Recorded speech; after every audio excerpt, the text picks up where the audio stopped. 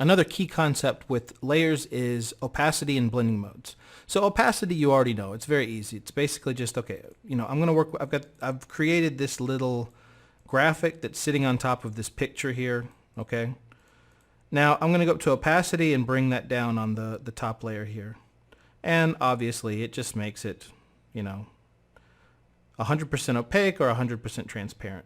No real surprises there. But right here is a really important tool called the blending modes. And it says normal right now because it's just sitting there on top of the layer. It's one layer on top of another layer. And they're sitting there completely like they're just pieces of paper, like I said before.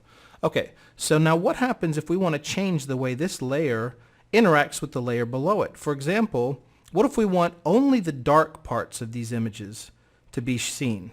Okay, so I'm going to go up here. And you get all these options, and I don't want these to scare you because you only need to know 3 for this phase, okay, for just learning. I only use multiply, screen, and overlay. So let's see what these things do. If I do multiply, what happens? Haha! Okay, now multiply means that all the dark parts of the image are showing, okay? And as you get lighter, it disappears.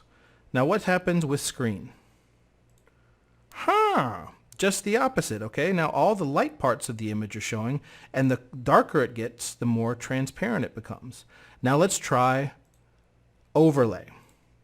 Very interesting. Overlay, what does that do? That makes it, basically makes this top layer like a film on top of the layer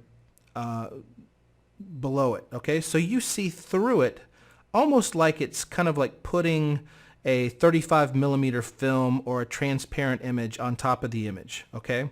So everything that is gray has disappeared, and then we see our white and dark values, but they look almost like a film on top of it. Now, all of the other options here are kind of different variations of these, and you've got like one that's will make everything in the layers below it look a certain color and the saturation and blah, blah, blah. But just for right now, I just want you to focus on those 3.